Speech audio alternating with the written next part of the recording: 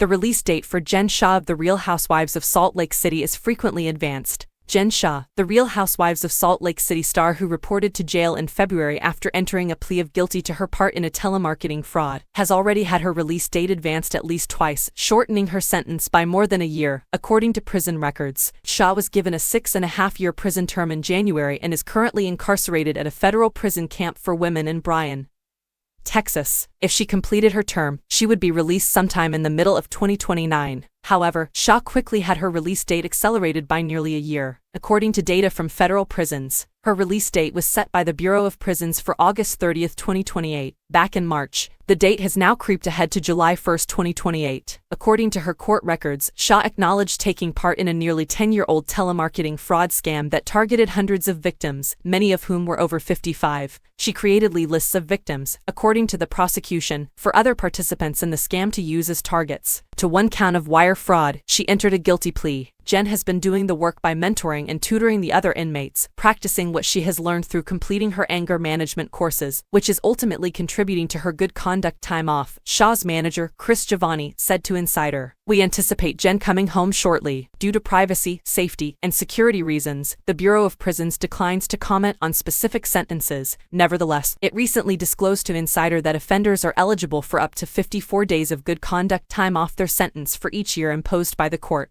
After successfully completing evidence-based recidivism reduction programs, they can be qualified for more time off. Depending on the programming they take part in, their behavior, and their health, convicts frequently serve a portion of their sentences that is less than the whole one that a judge has imposed.